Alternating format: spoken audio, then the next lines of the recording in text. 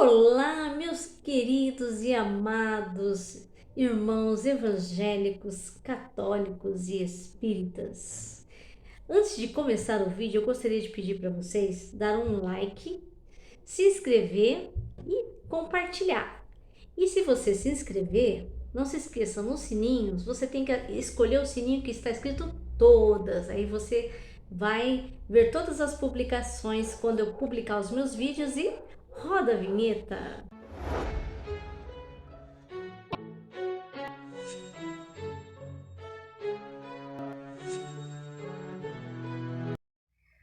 Bom, o capítulo 19 já é o final, porque o capítulo 19 ele fala o quê? Ele fala sobre a batalha do Armagedon. O que é a batalha do Armagedon? Meus amados, a batalha do Armagedon foi lá em Megido, onde fica, a batalha do Armagedon. Fica em Megido, que fica em Israel, tá? Aqui, a batalha do Armagedon, ela ocorreu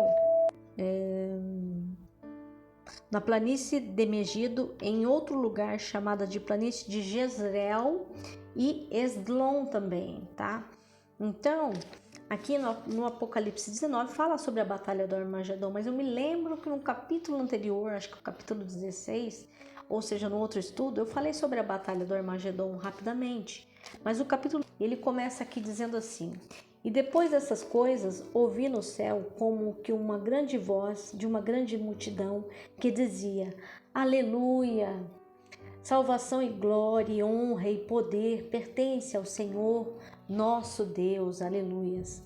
Porque verdadeiros e justos são os seus juízos, pois julgou a grande prostituta que havia corrompido a terra com a sua prostituição, com o seu sistema espiritual, né? Fazendo com que as pessoas se desviassem da palavra de Deus, né?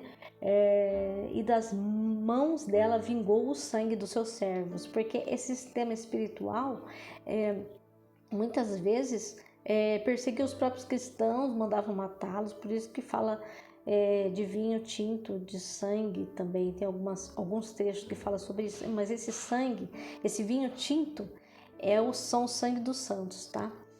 E outra vez disseram, aleluia, e a fumaça dela sobe para todo sempre. E os 24 anciãos e os 4 animais prostraram-se e adoraram a Deus, assentado no trono, dizendo, amém, aleluia. E saiu uma voz do trono que dizia, louvai ao nosso Deus, vós todos os seus servos, e vós os que temeis, tanto pequenos como grandes. E ouvi como que a voz de uma grande multidão, aleluia, glórias a Deus, né? E como que a voz de muitas águas, né? São muitas pessoas, né? E como que a voz de grandes trovões, aleluias, que dizia, aleluia, pois já o Senhor Deus Todo-Poderoso reina, aleluias. Esta é a nossa grande esperança, né? Regozijemo-nos e alegremo-nos e demos-lhe glória, porque vindas são as bodas do Cordeiro, tá? O que é as bodas do Cordeiro? As bodas do Cordeiro é o seguinte, é as bodas de Jesus Cristo, porque Jesus Cristo, ele está ligado à igreja de Deus, tá? Em Efésios, no capítulo 2, fala que Jesus Cristo é o cabeça da igreja, que nós somos o corpo de Cristo, a igreja, nós como nós templo, e a própria igreja física também, né? As verdadeiras, são poucos. Então aqui Jesus casa-se com essa noiva que é a igreja, por isso que fala as bodas do Cordeiro, entendeu? E já a sua esposa se aprontou, ou seja, a igreja está pronta, as pessoas que serviram a Deus, conforme a palavra de Deus, estão prontas para esse lindo casamento espiritual, tá bem, meus amados? E foi-lhe dado que se vestisse de linho fino, puro e resplandecente, porque o linho fino são as justiças dos santos, tá? Bem diferente da Babilônia, da prostituta, que se vestia como escarlata, né? Então o linho fino aqui simboliza a justiça dos santos, né? E disse-me, escreve, bem-aventurados aqueles que são chamados à ceia das bodas do Cordeiro. Aleluias, glórias a Deus. E disse-me: estas são as verdadeiras palavras de Deus. E eu lancei-me a seus pés, ou seja, João, porque foi ele que escreveu esse livro, para o adorar, mas ele disse-me: olha, não faças tal. Sou teu conservo e de teus irmãos que tem o testemunho de Jesus. É o anjo, né, falando. Adora a Deus porque o testemunho de Jesus é o espírito de profecia, tá? E aí, né, nós temos assim, nesse capítulo 19, isso é maravilhoso, né? Aleluia, a palavra aleluia, ela é assim, ela significa Halel em hebraico, né? Aqui em hebraico é formado de duas palavras, Halel e Já, que significa louvor a Deus, ou seja, Halel Já, mas é aleluia, tá? Para nós, tá?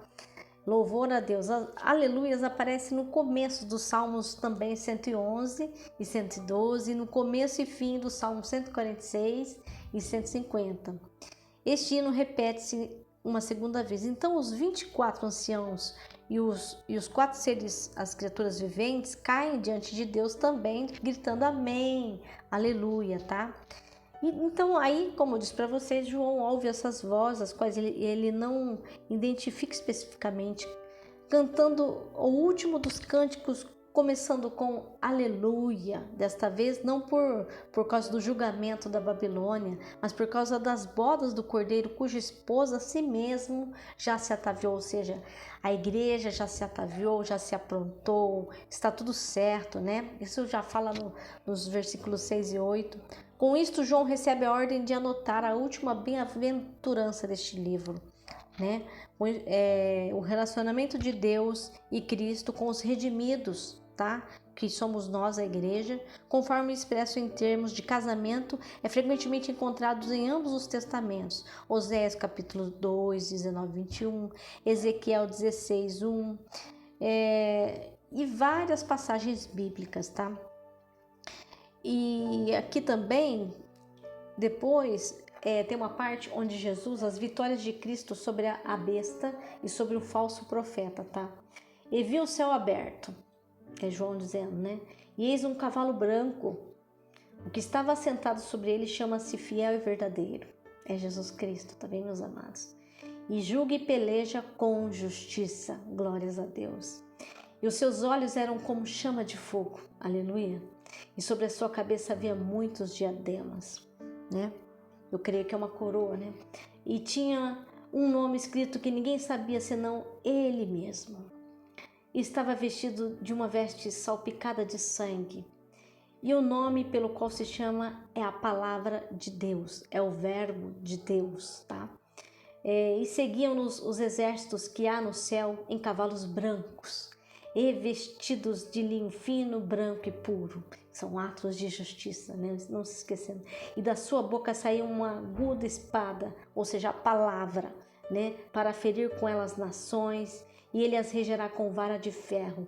E ele mesmo é o que pisa o lagar do vinho, do furor, da ira do Deus Todo-Poderoso, tá? Por isso que eu falo que é atemporal, porque eu já falei sobre isso antes, mas agora está se executando finalmente para sempre o juízo de Deus. E na veste, na sua coxa, tem escrito este nome: Rei dos Reis e Senhor dos Senhores, na sua coxa direita. E viu um anjo que estava no sol e clamou com grande voz, dizendo a todas as aves que voavam pelo meio do céu: vinde e ajuntai-vos à ceia do grande Deus, para que comais a carne dos reis e a carne dos tribunos e a carne dos fortes e a carne dos cavalos e dos que sobre eles se assentam e a carne de todos os homens livres e servos pequenos e grandes, que não adoraram a Deus, né? E vi a besta e os reis da terra e os seus exércitos reunidos para fazerem guerra àquele que estava sentado sobre o cavalo e ao seu exército. E a besta foi presa, e com ela o falso profeta, que diante dela fizera os sinais com que enganou os que receberam o sinal da besta, né? Na mão direita e na testa, né? E adoraram a sua imagem Estes dois foram lançados vivos no fogo ardente, no ardente lago de fogo e de enxofre. Os demais foram mortos com a espada que saía da boca do que estava sentado sobre o cavalo, que é Jesus Cristo, e todas as aves se fartaram das suas carnes, das carnes dos que traíram o Senhor, tá, meus amados?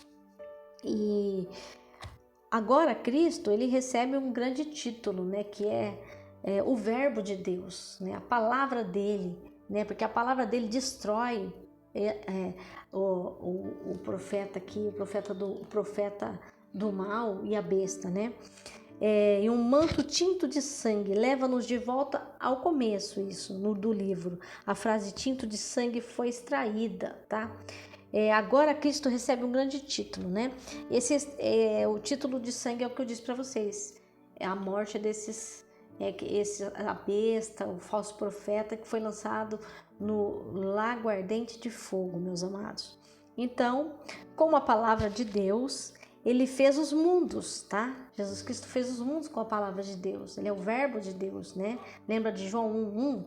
No princípio era o Verbo estava com Deus e o Verbo era Deus. E tudo foi feito por meio, né, da palavra.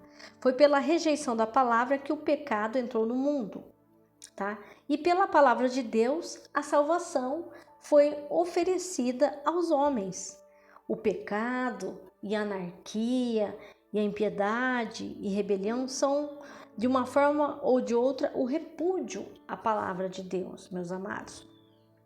Eterna e onipotente, desde agora, essa palavra eterna e onipotente desce agora do céu para cumprir a profecia, para destruir os inimigos, como aconteceu aqui, né? Para revelar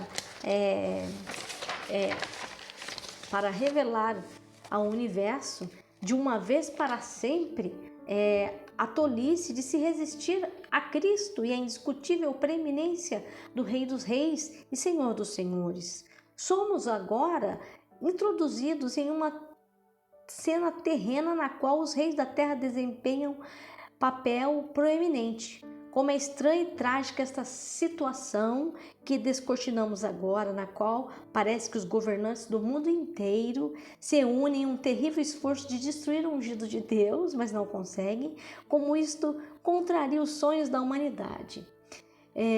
As tolas declarações dos seus falsos profetas, de sua injustificada crença de que a sociedade humana está sempre progredindo nos setores da paz, da bondade, da camaradagem e bem-estar social. Tudo charlatanismo, né, na verdade. Eu não posso deixar de crer que esta batalha se realizará literalmente e por isso exige atenção cuidadosa, ainda que rápida. A planície de Megido, como eu disse para vocês, em outro lugar chamado de planície de Jezreel, como eu disse para vocês, e de Esdrelon, ficou famosa na história de Israel por suas derrotas e vitórias, porque aqui nessa planície aconteceu muitas vitórias e derrotas aqui na época de Jesus Cristo, tá? Entre os reis, né? Tanto os reis do mal como os reis do bem, tá? E a batalha do Armagedon vai acontecer nessa planície também. Bom, é isso que eu queria falar para vocês hoje, meus amados, né?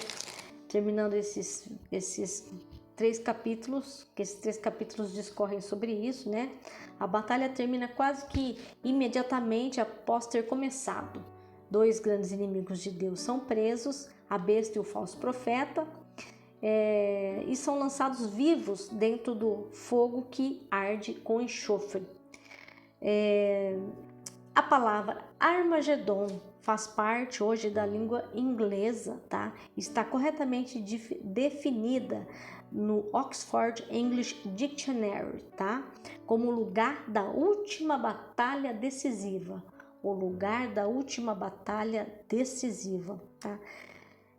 Então, o espírito do anticristo irá, com o apoio do Estado, tomar firme posição contra o cristianismo. Isso nós temos certeza. Contra o cristianismo leal à pessoa e ensinamentos de Cristo. Amém?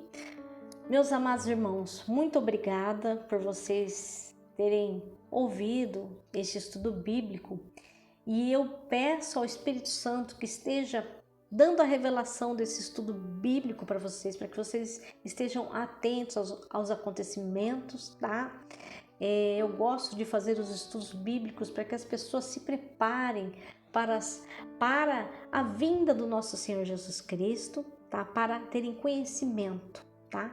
E eu desejo a vocês a paz do Senhor. Shalom Adonai. Aleluias, glórias a Deus.